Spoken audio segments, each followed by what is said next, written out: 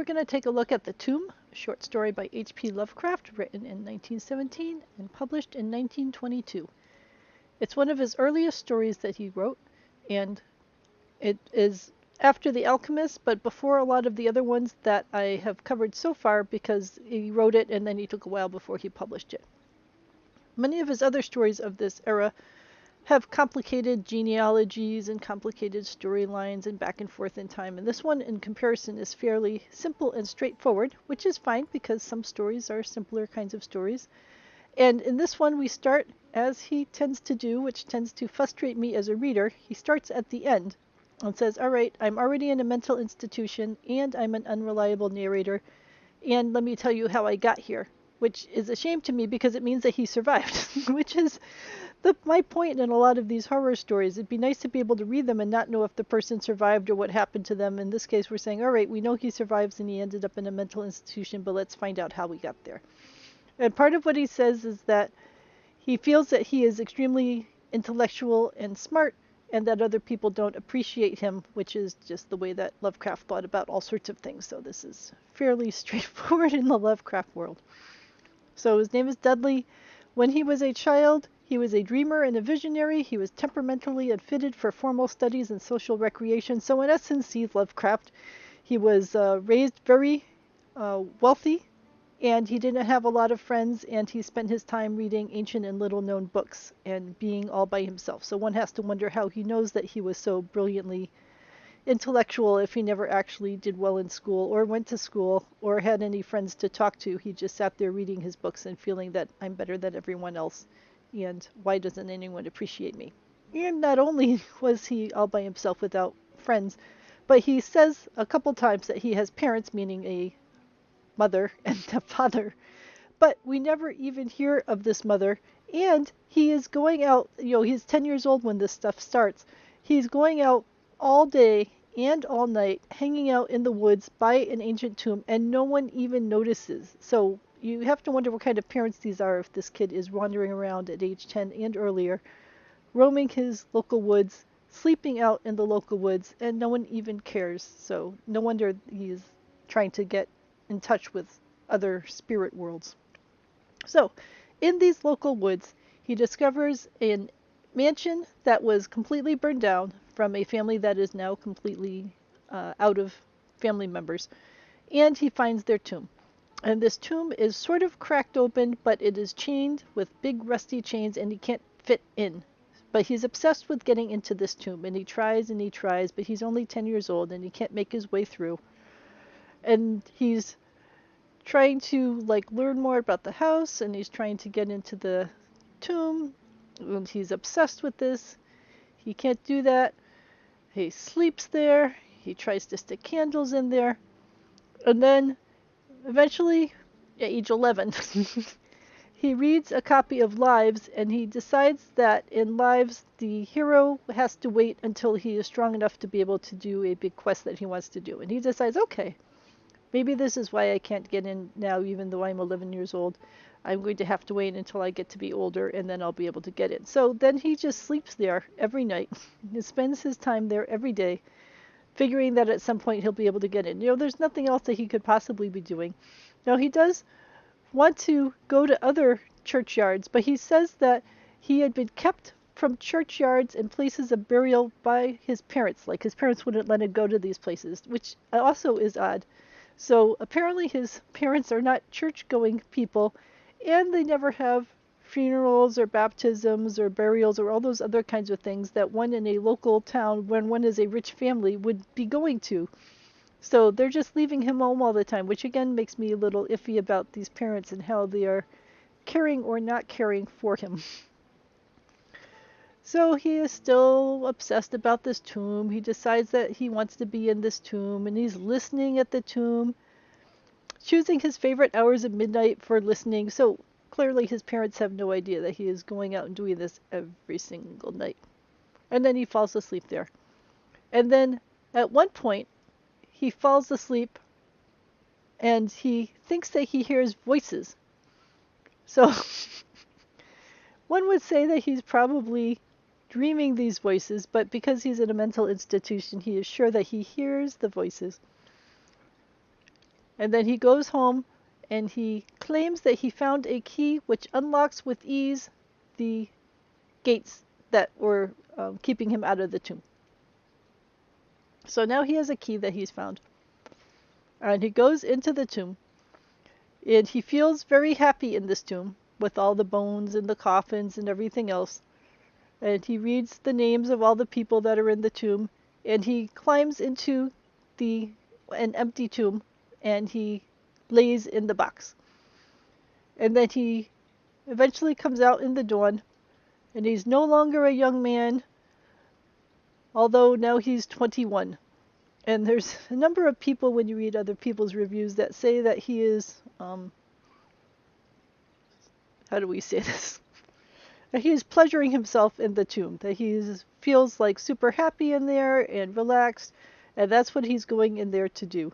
You know, clearly Lovecraft never says anything like that outwardly, but I can certainly see the hints of it, and now that he's 21, he's found this remote place where he's very happy, and this is what he chooses to do. So he has a long and refreshing sleep. And he goes there every night to the tomb, seeing, hearing, and doing things I must never reveal. You have to wonder what he is doing in this tomb full of bones and empty boxes that he can never reveal. And this is why it leads people to think that he's doing things of a sexual nature. And now people are noticing that he has more of a boldness and recklessness, and that he has a bearing of a man of the world.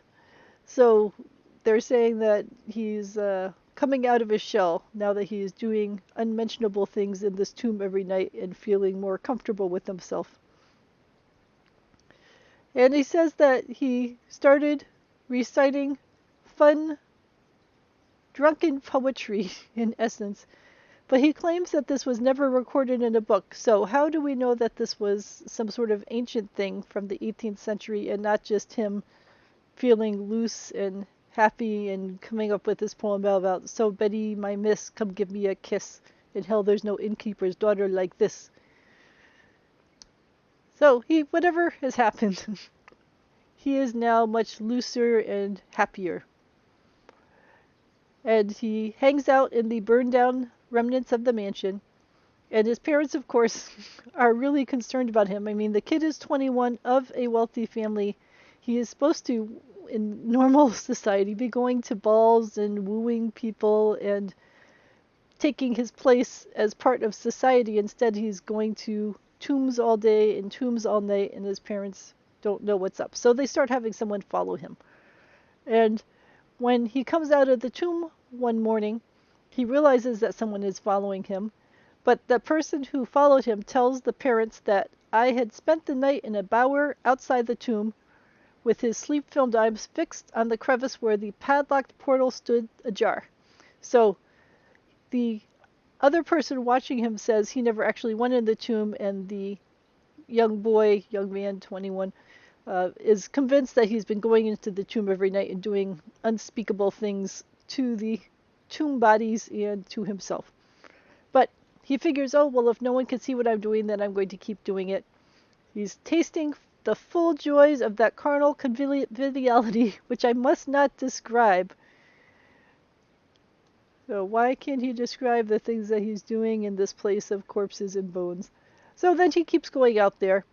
And then he goes out one night and he sees that the mansion is somehow miraculously rebuilt and full of throngs of people, and there's music, laughter, and wine. And he was the wildest and most abandoned in this rebuilt magically house full of people. And then there's a peal of thunder, and the lightning comes again and burns down the house. And he's thinking, oh, well, I'm not going to have a coffin. This is so sad, because now he's feeling like he's the person that died in the house when the house burned down. So he wakes up out of this vision, and he's screaming and struggling, and two men have grabbed him. One of them is a spy that followed him to the tomb, and his father is there, and the young man is yelling, saying, lay me in my tomb, I want to be in my tomb, and the father is saying, please treat him gently, he's my son, and he's clearly not of a right mind. And when they look through what the current lightning strike managed to break up, they found a bunch of writings and other things, and then they found a little miniature of the J.H. man who died in the fire, and it looks sort of like the boy in question, although he says that, who knows if it actually looked like him. But, and especially, these miniatures are tiny, they could have looked like pretty much anyone, but he thinks it looks like him, and he realizes that he has a connection to the dead man. So then he's brought to the mental asylum, and he's been kept there, and the father visits him frequently, and the father says, you never actually made it into the tomb because the rusted padlock has not been touched for 50 years, and we could see the rusted padlock. And the boy is still convinced that he must have gone in there, even though everyone else sees a rusted padlock. And then he says that he has a loyal servant, Hiram, and that Hiram burst open the lock, which chained the door. So Hiram, even who is a trusted friend, said, I had to break open the lock because it was rusty and old, and that's the only way I was able to get in. So you have to sort of wonder if this main character is of sound mind, if he thought he was easily going in and out and in and out with this key that he found, when other people had to break open the lock to be able to get in because it was so rusty and broken. And they find an old coffin, which has his name, Gervais. And they have told him, all right, well, we'll bury you there if that's going to make you happy. And that makes him content that he will have someone to be buried where he's dead.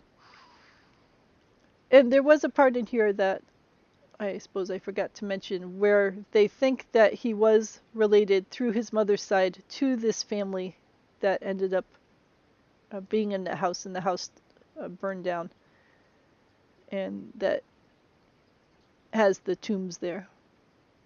Yeah, I'm not finding it. But anyway, it said something about him being of that family from his mother's side. So he thinks that he is the last surviving member of this family that had the mansion, and that the house was burnt down, and that the tombs were now sitting there empty. So you know that he's going to the mental asylum. You know that he's got mental issues. And the story, starting when he's 10 years old, is about a loner who likes to read ancient books, who has no friends, whose family apparently doesn't care for him at all because they're just letting go out all hours of the day and night and not paying attention to him. And he becomes obsessed with this local tomb, and that he must belong to it, and that he must be a part of that family. Maybe that family will care for him more. I didn't find a lot here to really draw me in, because you're reading about a 10-year-old boy who's sad and lonely, and then you're reading about a 21-year-old boy who's sad and lonely, and it's just about his obsession with being able to get into this tomb. And even the language of it, some of Lovecraft's other stories, I really enjoy the language and the richness of it, but it's not like he describes the tomb in any detail, or even like, the main feature, which is this big mansion that when it imaginarily comes to life, and that there's the Boston gentry and music, laughter, and wine, but he doesn't even describe that very much, and it's just one paragraph that happens, which is, the climax of the story. And, he barely describes what the mansion is like or what the people are like. He just sort of glosses over it, and then poof, it's burned down, and now he's back to his father, and he is being brought over into the mental asylum. So, even if I was thinking about rewriting some of these stories, this one, nothing really happens, except for him apparently pleasuring himself in a crypt full of old bones and bodies, which, just doesn't appeal to me. So I suppose even when I compare it to The Alchemist, which was fairly simple, it was a lot more interesting to me because a lot of things were happening in that. And even with Dagon, which I was complaining about being, squishy mud and fish folk, that at least things that were interesting were happening. And this one just feels like a Poe-like ghost story without a lot of interesting details to keep me engaged in it. So I'm glad I read it to see the progression of Lovecraft and what he was working on. But it's not one that really catches my attention or makes me want to rewrite it, which to me that would be the sign of a good story if I was really caught by it and thought it was intriguing to rewrite in a modern time. But no, he's a 10-year-old boy that's lonely and becomes obsessed with the tomb and then ends up being put into a mental institution because that's all he can think about with his mind. So let me know if you have a different point of view on this, if you find some more interesting things in here. I would love to hear your thoughts.